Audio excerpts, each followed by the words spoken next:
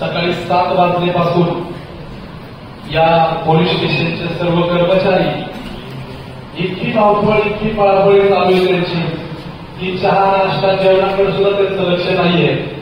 त्या सर्व पोलीस बांधवांचं मी आपल्या सर्वांच्या वतीने मनापासून स्वागत करतो। आपण सर्वांनी एकदा बारामती शहर पोलीस स्टेशनसाठी टाळ्या वाजवून त्यांचं स्वागत करावं। आज ज्यांच्या सत्कारासाठी आपण सर्वजण या ठिकाणी जमलेलो आहोत ते विशेष पोलीस महानिरीक्षक श्री फुलंदी साहेब यांचं मी बारामती शहरामध्ये माझ्या कुटुंबियांच्या वतीने आणि राष्ट्रवादी काँग्रेस पार्टीच्या वतीने मनापासून स्वागत करतो। सर, खरं तर आम्ही 5 वाजताची वेळ होती। 5 वाजल्यापासून आम्ही सर्वजण इथे या ठिकाणी थांबलो होतो। आता गेलेल्या आमच्या वजीर साहेबांनी सांगितलं की तुम्ही नेत्याची भूमिका पडली, पण सर बारामतीच्या नेत्याला वेळेचं फार मोठं बंधन आहे की वेळ फार पाळणारे नेते आदरणीय अजितदादा पवार आहेत। त्यामुळं कुठल्याही नेत्याची भूमिका या ठिकाणी आपण पार पाडलेली नाही। आपल्या समोर तिथं काही गर्दी असेल त्यामुळे आपल्याला उशीर झाला हे आम्ही सर्वांनी समजून घेतलं आणि कंटाळलो होतो सगळे।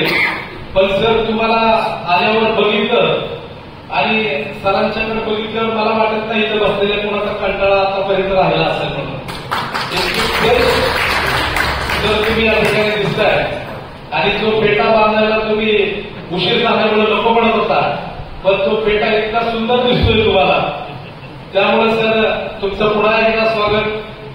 सर, माझी थोडीशी सूचना तुम्हाला सांगायची आहे की बारामती शहर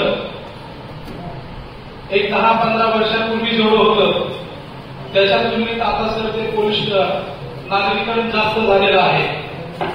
राज्याचे उपमुख्यमंत्री आदरणीय अजितदादा पवार यांच्या मार्गदर्शनाखाली बारामती शहराचा जो विकास, जो विस्तार झालेला आहे तो फार मोठ्या प्रमाणात झालेला आहे आणि त्याच मोठ्या प्रमाणात इथं पोलिसांची सुद्धा तेवढी गरज आहे।